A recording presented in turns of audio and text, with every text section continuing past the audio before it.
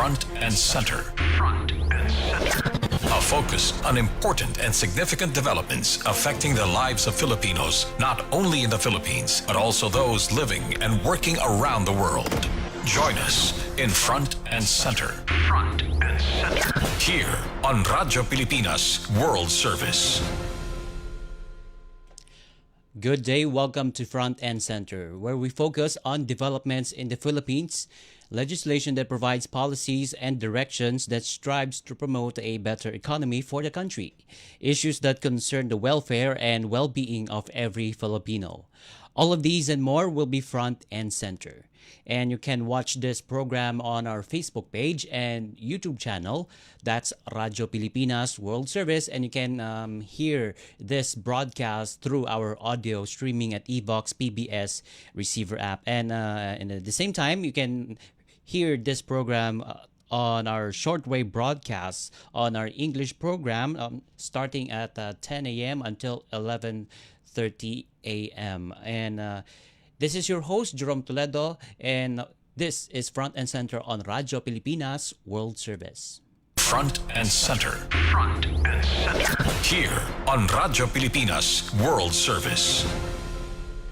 Let's begin the program with these development regarding the base pay increase of that was approved by the President Ferdinand R. Marcos Jr. As the President was thanked for signing the Executive Order number 107, which increases the base pay and subsistence allowance of the military and other uniformed personnel. In separate statements, the Armed Forces of the Philippines, or AFP, and the Philippine Military Academy Alumni Association, or PMAAI, on Thursday expressed their gratitude to the Chief Executive. In a statement on December 3, the AFP stated that it extends its utmost appreciation to the Commander-in-Chief for prioritizing the welfare of troops through the forthcoming increase in the base pay of military and uniformed personnel. As the AFP said, the gesture of support and recognition serves as a significant boost to the morale of every soldier, sailor, airman, and marine. And together with their families, the AFP acknowledged the news with humility and deep gratitude. It is a reminder of the overwhelming trust accorded in us by the government and the people they serve. And AFP added that with renewed support, it assured the public that the directive will be implemented efficiently as they stand guard for the safety and security of the country.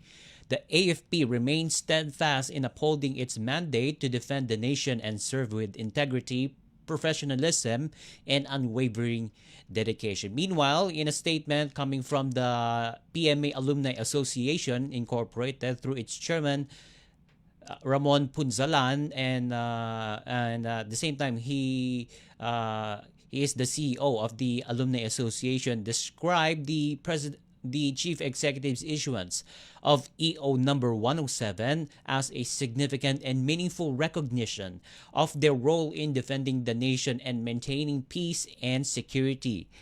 And they further said that the Alumni Association conveys its deepest appreciation to President Marcos Jr. for directing the increase in the base pay and subsistence allowance of the AFP and other military and uniformed personnel, or MUP.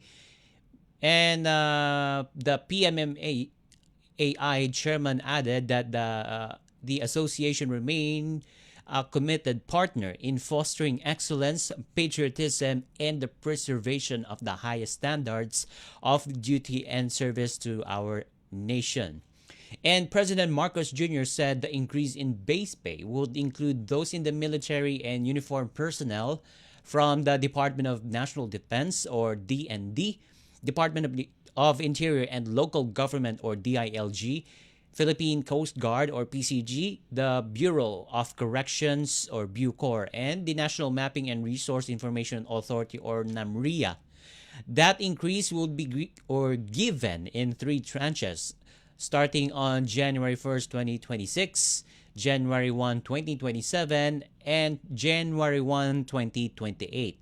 And the subsistence allowance of all MUPs shall be at the rate of 350 or Philippine pesos per day effective January 1, 2026. And at the same time, the President affirmed its commitment to bolstering support for government troops and strengthening security operations in Mindanao. Marcos made the commitment during his visit to the Eastern Mindanao Command at Camp Panakan in Davao City. That's what Presidential Communications Office said in a Facebook post. And in a security briefing, President Marcos was updated on the East MINCOM's anti-insurgency operations, marine or maritime patrols, and disaster response efforts, underscoring its crucial role as a steadfast pillar of national security. After the security briefing, President Marcos also met with the troops, promising continued support for all military and uniformed personnel. The PCO added that Marcos vowed to provide necessary equipment and training to enhance the troops' operational capabilities. And once again, Marcos Jr. issued EO number 107, increasing the MUP's base pay and daily subsistence allowance to 350 pesos. And the pay increase, which is the base pay, will increase in 3 tranches beginning next year, and it will end by 2028. And that's in line with President Marcos Jr.'s support with the armed forces of the Philippines, as well as the uniformed personnel here in the Philippines. And more stories coming your way when Front and Center returns here on Radyo Pilipinas World Service. Stay tuned.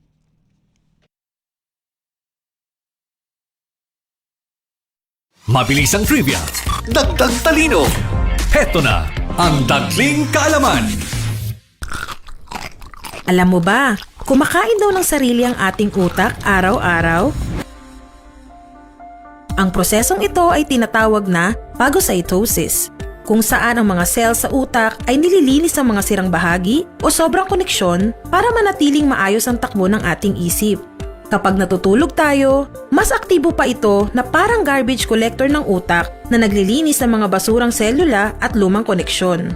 At sa proseso ng paglaki, lalo na sa adolescence, tinatanggal ng utak ang mga hindi na ginagamit na koneksyon para mas maging matalino, mas mahusay at mas handa tayo sa adult life.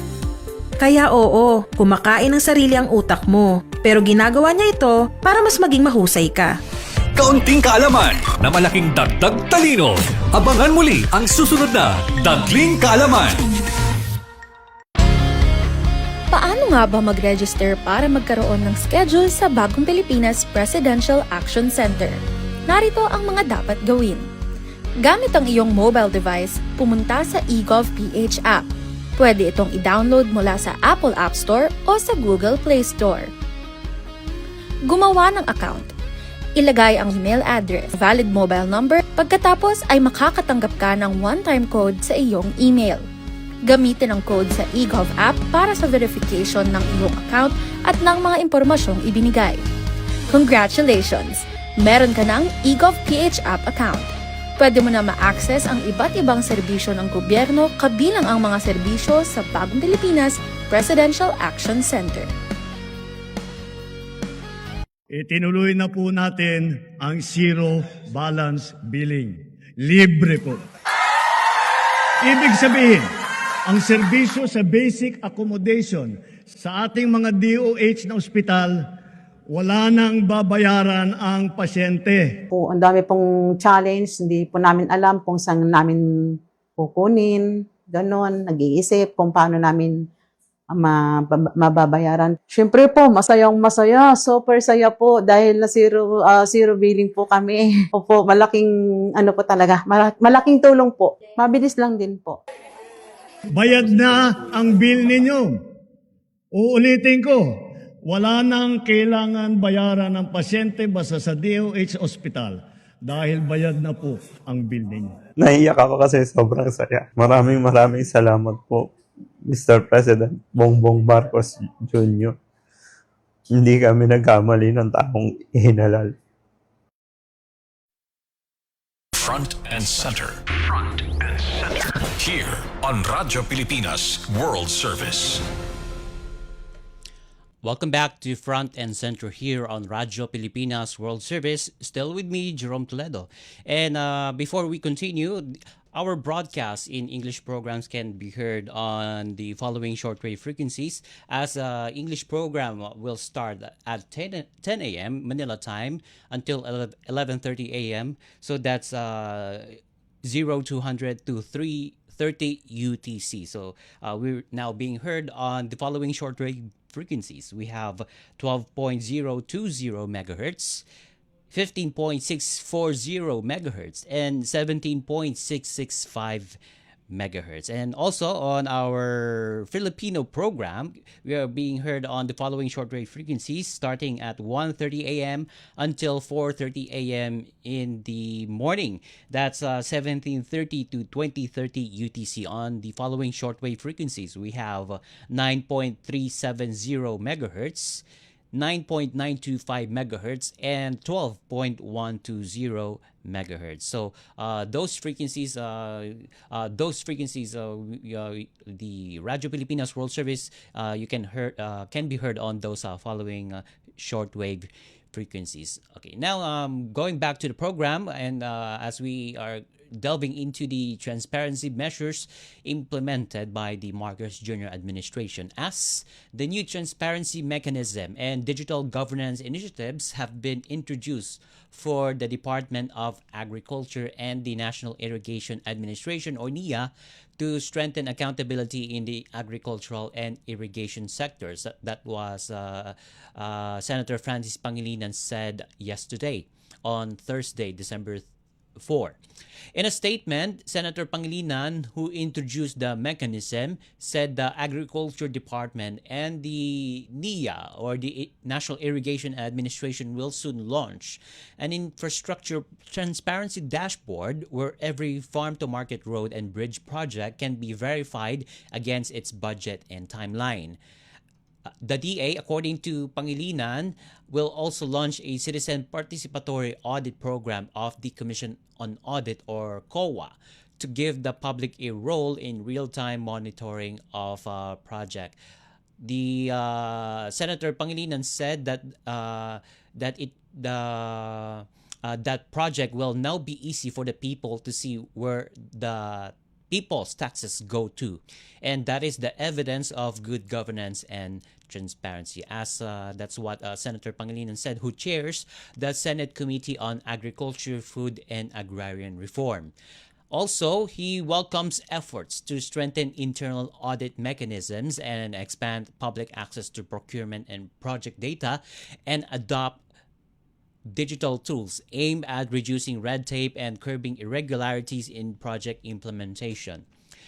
Senator Pangilinan said that those projects underscore the importance of sustained transparency reforms to ensure that government programs deliver real and measurable benefits to farmers, fisherfolk, and urban communities. And going back to the issue on the ongoing reforms, particularly massive reforms in governance, President Ferdinand R. Marcos Jr. likened the administration's ongoing reforms against corruption to a major surgery needed to remove a cancer, assuring that the country may be bleeding now, but we will also heal very, very quickly. So that's what the president said.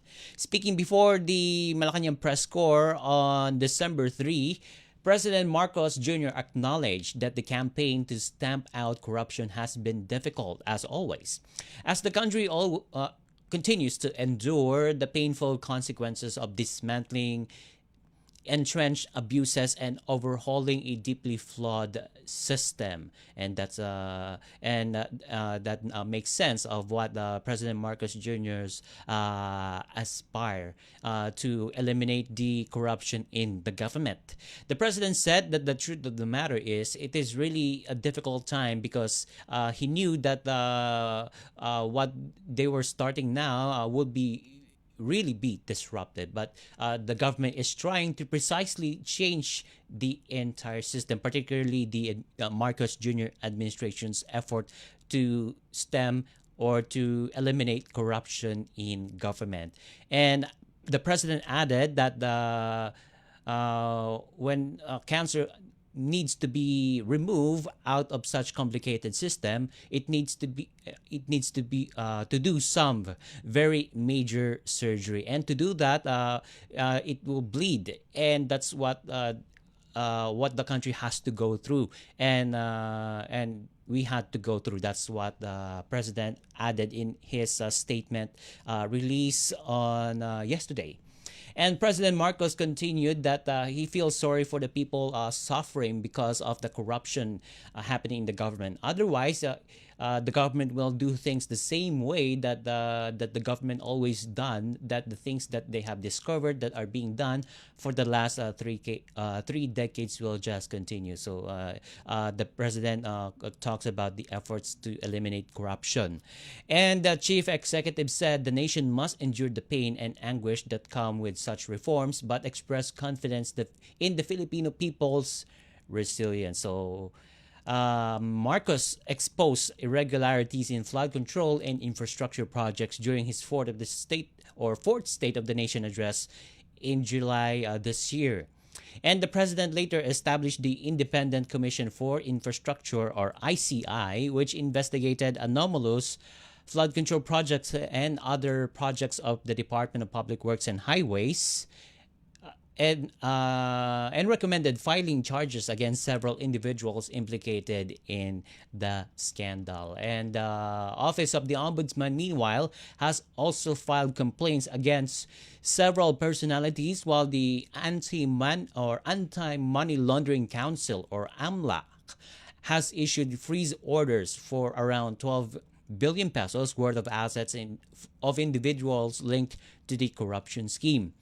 President Marcos said the administration remains firmly on track with its reform agenda, adding that the administration knows exactly what steps must be taken and will continue its campaign against abuses and entitlement and irregular practices. And President Marcos expressed optimism that once the nation overcomes this period of reforms, it will emerge stronger and more capable and of preventing similar problems in the future. And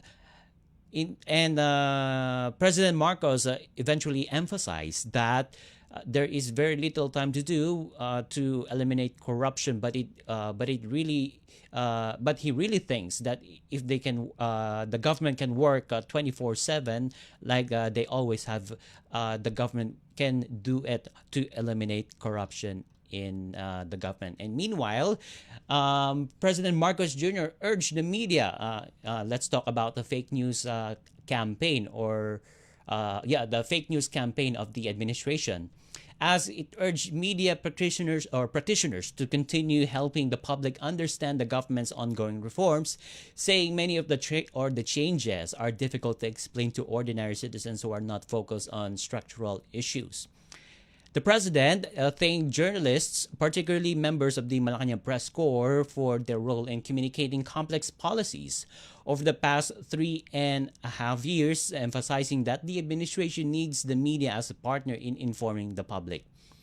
President Marcos revealed irregularities in flood control and infrastructure projects during his July 28 fourth State of the Nation address, prompting the investigation and filing of charges against some individuals implicated in the abuse of public funds. The president acknowledged that not everyone will agree with the reforms, since particularly the opposition that continuously attack the Marcos Jr. administration. Still, the government must work on it and continue communicating clearly despite the political noise. And the president highlighted the value of journalistic experience, saying reporters develop deep knowledge and insight after years of covering government, cultivating sources, and studying national issues. The president emphasized that such informed reporting is crucial at a time when irresponsible content and conspiracy theories online are gaining equal visibility. And at the same time, the chief executive appealed to journalists covering Malacanang to help strengthen media literacy by encouraging people to be more discerning about the information they consume. And President emphasized on that meeting with Malacanang Press Corps that it is not an easy challenge, but they have to continue to try and to do it, because it is important that people know the truth, the people know what is happening, and the people are not being led into the crazy mind games people have been playing without any connection anymore to reality. So that's what the President Marcos Jr. emphasized during meeting with the media at the Malacanang Palace on Wednesday, December 3. And coming up, more stories are coming your way as we're going to talk about the ongoing efforts, or actually the OFW have returned to the country after they being held hostage by the Houthi rebels last year by the MV Eternity Sea. Okay. All right. But before we go head into the commercial break, we will have the Malacanang press briefing has just started. So let's go straight into Malacanang. So let's hear PCO Undersecretary Attorney Claire Castro speaking at the briefing in Malacanang. Let's listen in.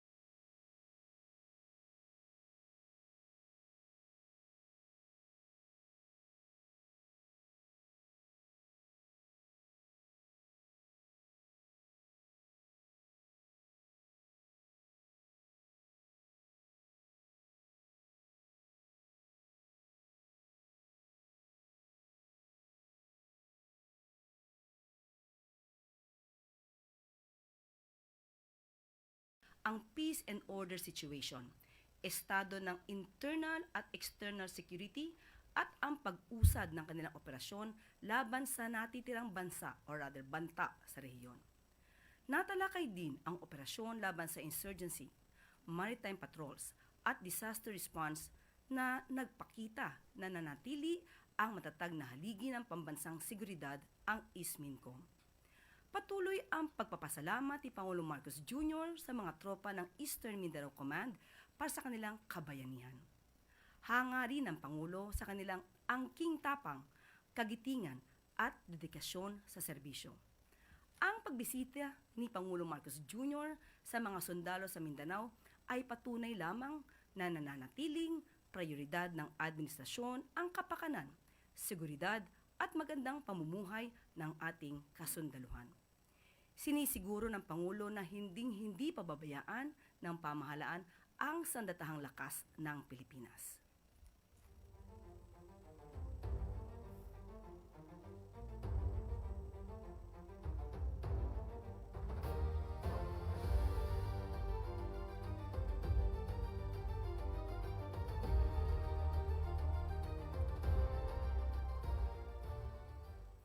Bilang pagkilala rin po sa kabayanihan ng ating mga kasundaluhan, ipinag-utnos ni Pangulong Ferdinand R. Marcos Jr. ang muling pagbabalik serbisyo at ang spot promotion ni Captain Jerome Hakuba bilang isang major, matapos na mawala ng paningin alang-alang sa bayan. Nauna nang inilagay sa Complete Disability Discharge o CDD si Major Hakuba, na ngayon ay na-reassign sa adaptive duties na angkop sa 15 years sa kanyang paninilbihan sa Philippine Army.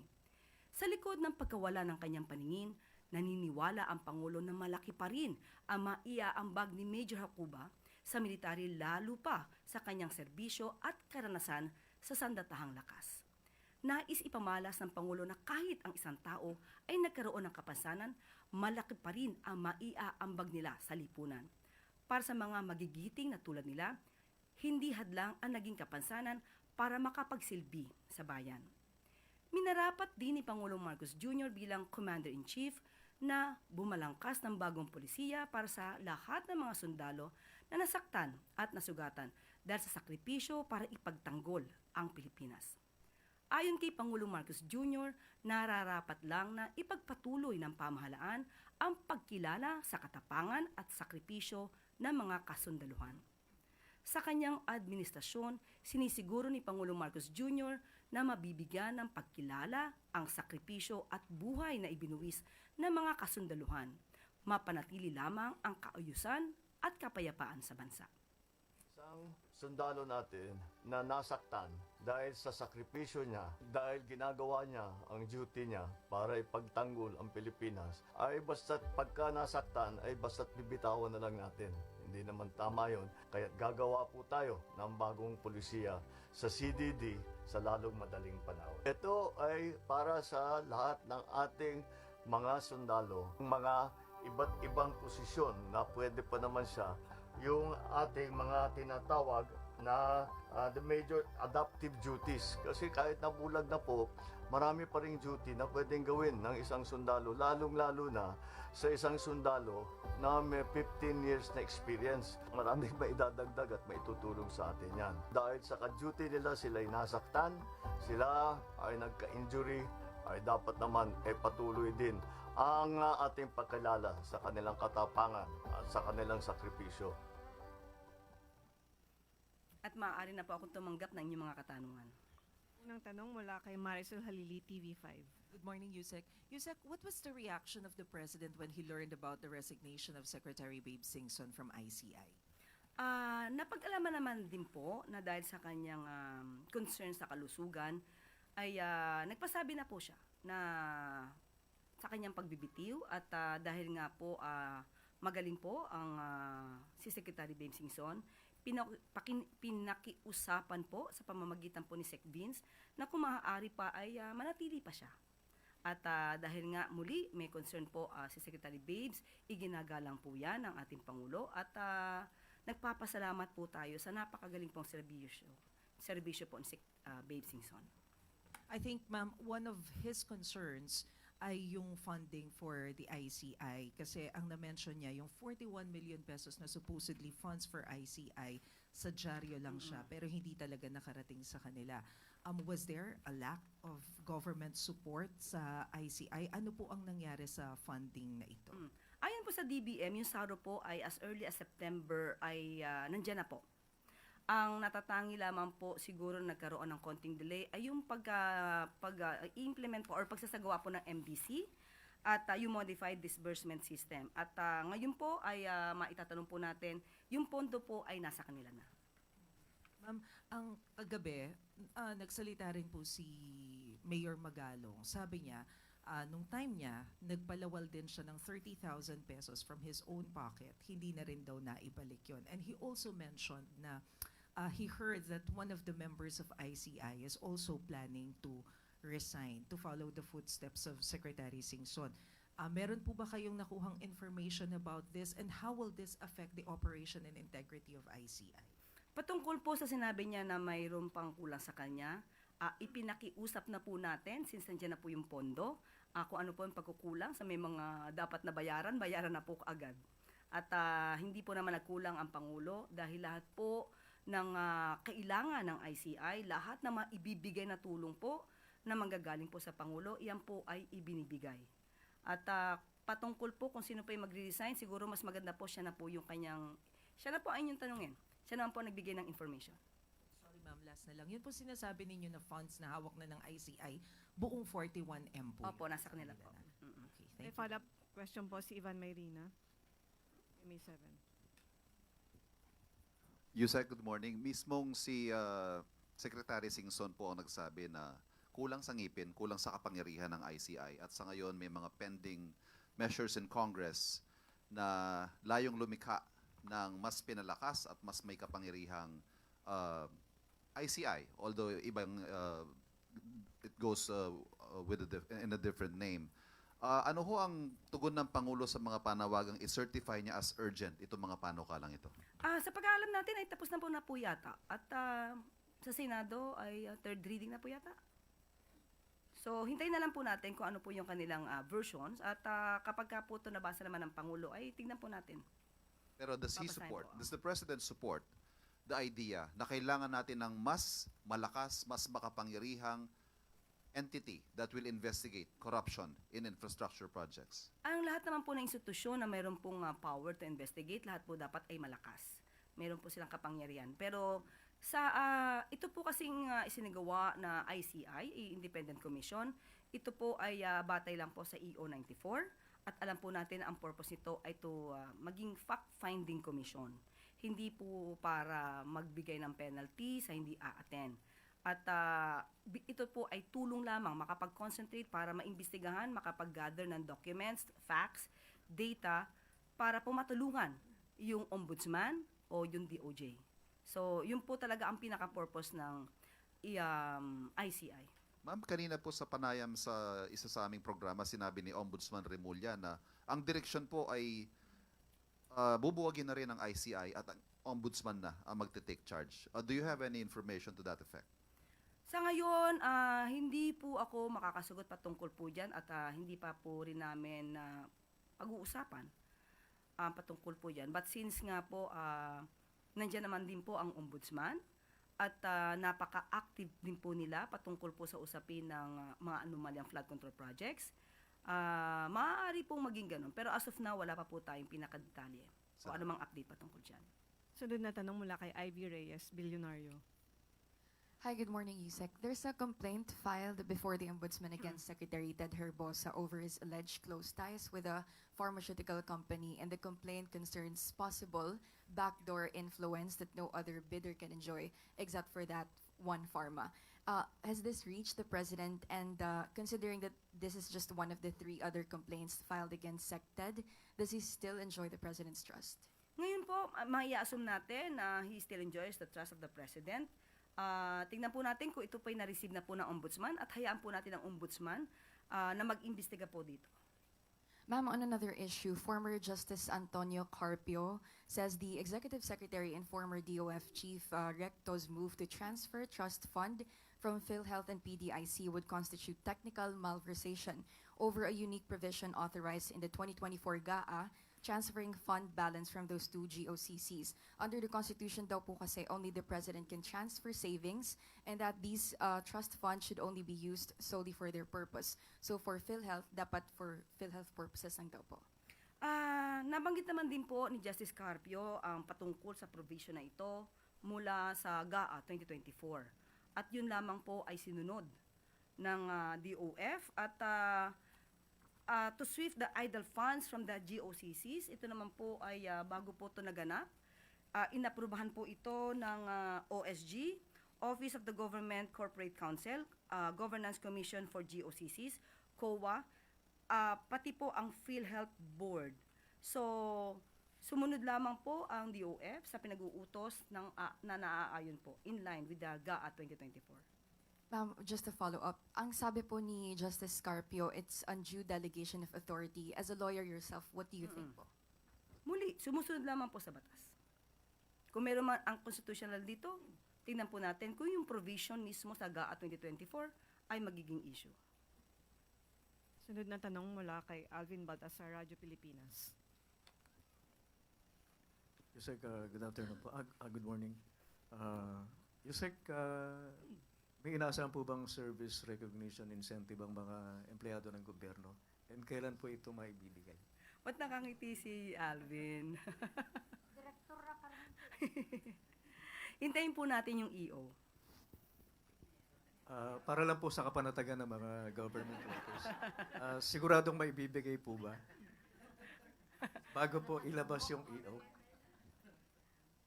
Basta may good news. Hintayin po natin yung EO. Maraming salamat po, Yosek. Thank you po. Alam mo na po.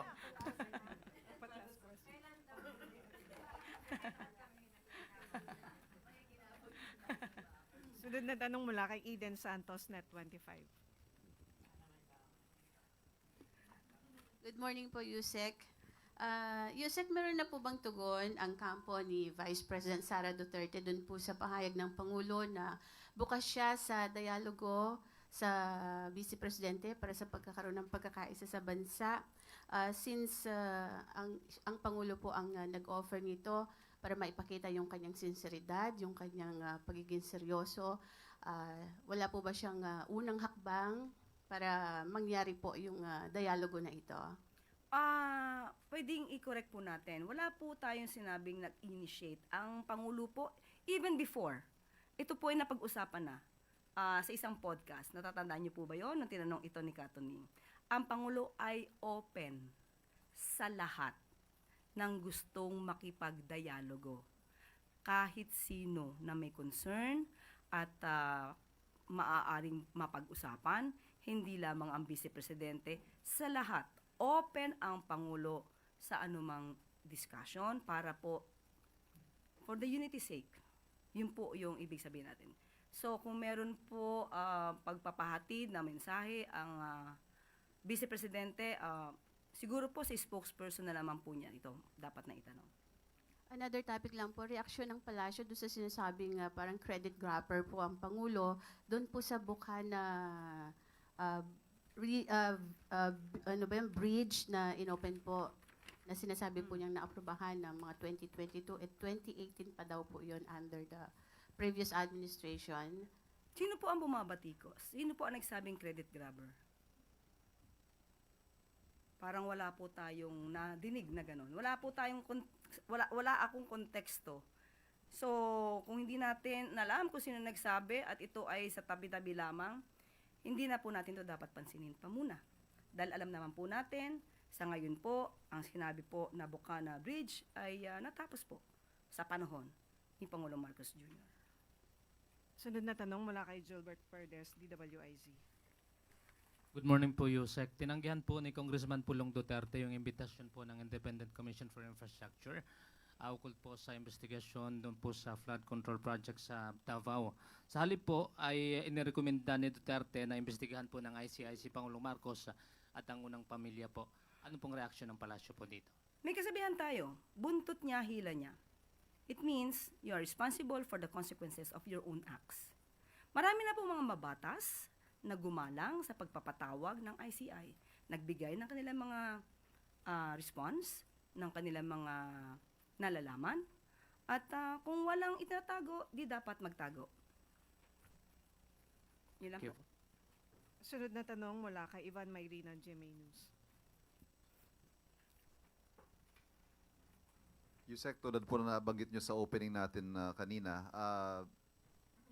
pinapakita po ng Pangulo ang kanyang pagpapahalaga at matatag na suporta sa kasundaluhan. Nagkakasunod-sunod po yung bisita niya sa mga kampo, ang anunsyo niya ng dagdag na base pay, subsistence allowance. Ang tanong po does the President feel the need to show this support to the military at this time?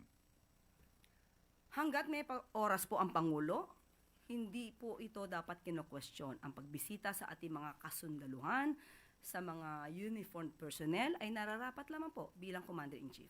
So wala po itong kinalaman kung merong mang issue ngayon, obligasyon po ng Pangulo na bisitahin sila.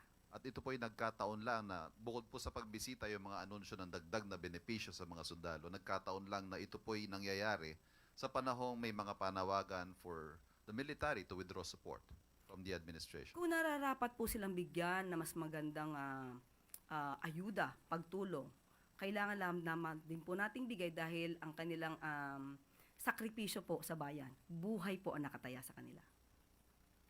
Sunod na tanong mula kay Katrina Domingo, ABS-CBN. Ma'am, on a related topic, still on the military, the Kilusang Mayo Uno is criticizing the timing and the intention of the Marcos Jr. administration in increasing the base pay of all military and uniformed personnel. In their own words, they said na kakaibang timing nga naman itaas bigla ang sweldo ng mga pasistang tropa ng Estado kung kailangan nasusukol ka na sa galit ng taong bayan sa sindikatong korupsyon.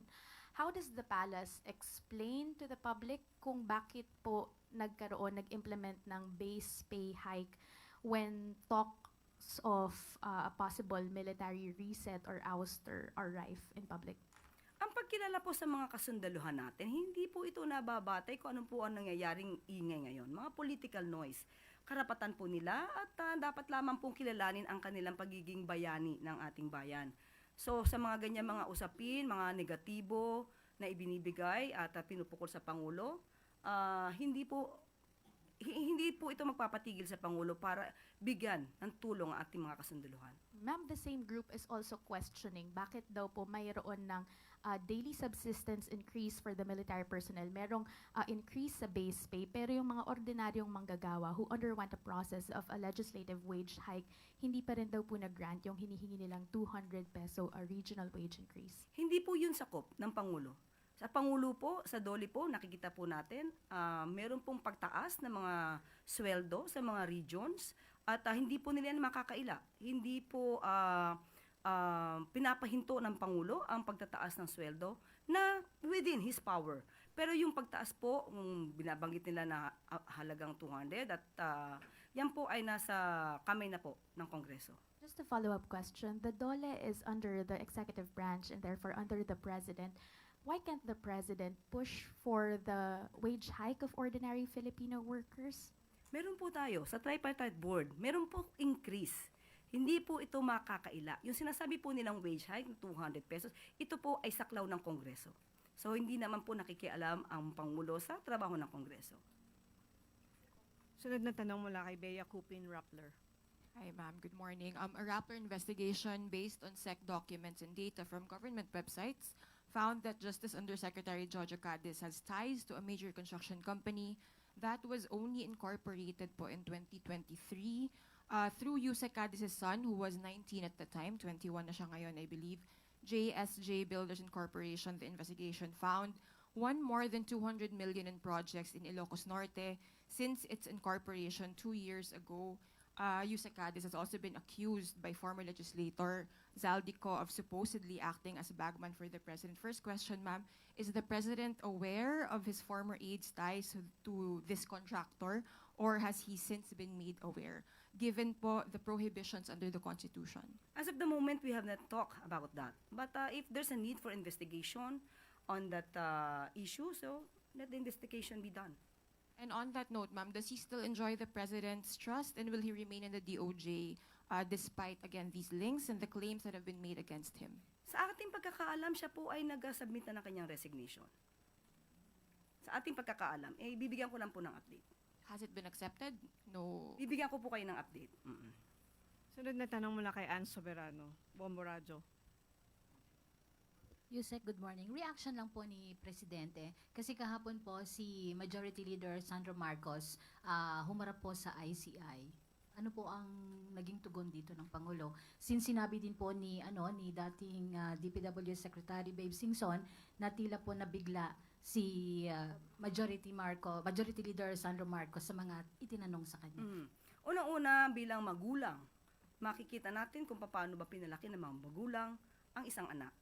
Disente, hindi takot, matapang na humarap sa investigasyon, hindi nagtago, nagboluntaryo pa, kinilala ang ICI, hindi tulad ng iba. So doon pa lang po bilang magulang ay proud sila sa kanilang anak. At nagulat, siguro hindi natin alam, hindi po ako privy sa naganap na hearing. So, hindi natin alam kung ano ang kinagulat. Nagulat ba siya sa bagong facts? Nagulat ba siya sa bagong data na malamang ay hindi niya alam? So, I cannot speculate on that. Thank you, ma'am. Ivan Mayrina, Jimmy. One quick question, follow-up question on Yusek Cadiz. Can the palace confirm na si Yusek Cadiz po ay associate ng Pangulo or aide niya at some point? Wala po ako mako-confirm sa ngayon. Thank you. Isang tanong mula kay Eugene Fernandez, IBC. Yusek, with the recent report of PSA regarding the inflation, it went down to 1.5 from 1.7 last month. Does the palace satisfied with this decrease with regards to the inflation rate po? Maganda ang ipinapakita na pagbaba ng inflation rate. Dahil nga sabi natin, hindi maiiwasan because of the political noise na talaga naman maaapektuhan ang ating ekonomiya. At kapag ka naman po ito'y natapos na at naipakita naman ng Pangulo ang kung ano ang reason kung bakit kailangan magkaroon ng pag-iimbestiga at tingin natin mas lalong magtitiwala ang taong bayan sa Pangulo. Sabi nga natin, may mga pagkakataon hindi siguro popular ang iyong desisyon dahil makakaapekto mismo ito sa iyong administrasyon. Pero anong pipiliin mo? Popular na desisyon o right decision? So sa Pangulo, ito yung tinatawag nating right decision. Kahit ano pang mangyari, maapektuhan man pansamantala ang ating ekonomiya, ang taong bayan, basta dapat maituwid ang tama. Yusek, just a quick follow-up. I would like to also ask the reaction of the palace since browsing through the comments dun sa recent post ng PSA regarding the inflation rate, parang hindi naniniwala yung maraming tao regarding the decrease of the inflation rate. May reaction po ba tayo regarding that? Maraming mga tao malamang na hindi maniniwala dahil hindi naman sila ganun ka-aware kung paano tumatakbo ang ekonomiya. Marami rin talagang ordinaryong tao, simpleng tao na minsan ang ganito mga masyadong technical ay talaga namang hindi maiintindihan. Pero saan pa po ba tayo maniniwala? Hindi po ba sa records? Yusek. Sa pantanong mula kay Katrina Domingo, ABS-CBN. I'm going back to Jojo Pasko ba to? Cadiz. Pang Christmas gift na ba Merry to? Christmas, Undersecretary. just on Jojo Cadiz, when did he exactly resign? Hindi ko, ngayon, natanong ko lang po yan sa DOJ, hindi ko po natanong kung ano yung exact date. Okay. So, bibigyan ko po kayo ng pinaka-update. Okay. Ma'am, how does the palace respond to observations na yung mga officials close to the president or at least in the executive branch, nagre-resign lang po sila kapag naibabalita na or naisisiwalat na yung alleged involvement nila dito sa mga anomalies in government. Take for example, Jojo Cadiz na yung 19-year-old son apparently is the head of a construction firm na nanalo ng millions of pesos in government projects. Hindi ba dapat ikatuwa ng tao, ng taong bayan? Kung meron mang mga tao na kaalyado ng Pangulo at kapag ka na-involved, kahit wala pang desisyon o wala pa man judgment, ay umaalis, hindi po ba mas magandang tignan yon? Mas maganda po yon dahil ibig sabihin, hindi nagtotolerate ang Pangulo kung mayroon mang mga taong maaaring nasasangkot, although wala pang judgment. Hindi tulad ng mga nakaraan, kahit nandiyan na yung mga pangalan, nag-i-stay pa rin, kahit malaki na ang issue about sa corruption. Ma'am, but does the palace see a need to sift through its officials once more, considering that Jojo Cadiz has been there, the corporation of Jojo Cadiz's 19-year-old son has been there since 2023? Is there a need to, sift through, review again yung mga dealings and other ties of officials sitting in high-ranking positions in government? Katulad po niyan, kung sila ay nai-involve at alam nila na maaari sila masangkot kahit wala silang kasalanan. Paggalang ito sa Pangulo mismo nila, para sila muna ay umalis. Sila ay mag-resign. Paggalang ito sa taong bayan, paggalang ito sa Pangulo. So, alam nila ang gusto ng Pangulo. Dapat masawata ang korupsyon. Huling tanong mula kay Heidi Sampang, DZAS. Good morning, Yusek. Siguro po nabalitaan na rin po ng palasyo yung nakakasang kilos protesta next week po ng grupong Manibela, the Transport Group. So, meron po bang plano ang Pangulo na ipasilip po or silipin po niya yung mga concerns po ng transport group na ito like abuse daw po sa LTO, sa mga delay po ng release ng jeepney registration papers po nila? Opo, ipinag-utos naman po sa pamunuan po ng DOTR. Tignan po mabuti kung ano po ang hinaing ng grupo ng Manibela. So, kailangan po rin itong maresolba. Kung meron naman po talagang batayan ang kanilang reklamo, dapat po ito masolusyonan kaagad. Pero meron din po bang pakiusap ang Malacanang? Kasi plano rin po ng grupo na i-extend pa po kung more than 3 days pa yung kanilang kilos protesta. Kawawa naman po yung mga commuters natin, lalo na po ngayon holiday season. Opo, tayo na rin po mananawagan sa grupo ng Manibela. Alam naman po natin, Christmas season, baka naman po pwedeng ipamasko nyo na. At mapag-usapan na lang po kung ano man yung mga hinaing nila. Pag-usapan po para ma-resolve agad. Thank you, Yusek. Thank you, thank you. Balik sa iyo, Yusek. Salamat. 20 araw bago magpasko, Merry ang kapaskuhan ng ating siyam na mga kababayan na makakauwi na sa bansa matapos na mabihag ng rebel group ng Houthi sa Yemen. Ayon kay Pangulong Ferdinand R. Marcos Jr., excited na ang pamahalaan na salubungin sa Pilipinas kasama ng kanilang mga mahal sa buhay ang siyam na marino na nailigtas mula sa lumubog na MV Eternity Sea sa Red Sea noong Hulyo. Lula ng MV Eternity Sea ang mga marino noong sila ay mabihag ng Houthi rebel group sa Yemen habang naglalayag sa Red Sea. Sa ngayon, sila po ay pauwi na sa Pilipinas. Dumating sila sa Oman mula sa Yemen noong Miyerkules at sinalubong ng mga tauhan ng Philippine Embassy sa Muscat at ng Department of Migrant Workers. Lubos ang pasasalamat ni Pangulong Marcos Jr. sa Department of Foreign Affairs sa pangunguna ni Secretary Maria Teresa Lazaro, sa DMW sa pangunguna ni Secretary Hans Kakdak at sa Philippine Embassy sa Oman upang masiguro ang kaligtasan ng mga marino. Nagpaabot din ng pasasalamat si Pangulong Marcos Jr. sa Oman government, lalong-lalo na kay Oman Sultanate, Sultan Haitham bin Tariq, sa kanilang walang tigil na tulong sa Pilipinas upang pasigurong ligtas ang mga marinong Pinoy. Samantala, nagpaabot naman ng pakikiramay si Pangulong Marcos Jr. sa mga mahal sa buhay ni Nel Roy Fanner na nasawi noong na inatake ang MV Eternity Sea. Para kay Pangulong Marcos Jr., palaging una ang seguridad at kapanganan ng mga bagong bayani, sa laot man o san mang panig na mundo. Ihahatid na magandang balita, yung siyam na marino na ating kababayan ay naligtas mula sa lumubog ng barko, yung MV Eternity Sea sa Red Sea noong Hulyo, at sila ay binihag ng mga Houthi sa Yemen. Sila po ay pauwi na. At huwag po natin kakalimutan na magpasalamat sa Omani government dahil sila talaga ay walang tigil na tumutulong sa atin. Kaya pinapaabot ko ang pasasalamat ko sa Sultanate of Oman. Ang namumuno ay ang Sultan Haitham bin Tariq. At sila po ay talagang kaibigan po ng Pilipino at lahat ng maaring gawin para iligtas ang ating mga marino ay kanilang ginawa. Kaya naman ay nandito na tayo at nailigtas yung siyam. At hindi na natin pinatagal. Gusto na siguro nila umuwi. Pasko pa. Kaya pinauwi na natin at parating na rin sa Pilipinas. At bago tayo magtapos, Bukana Bridge sa Davao, 100% complete na at pinaplanong buksan sa publiko ngayong buwan ayon kay Pangulong Marcos Jr. Tumungo sa Davao kahapon si Pangulong Ferdinand R. Marcos Jr. upang inspeksyonin ang Davao River Bukana Bridge Project.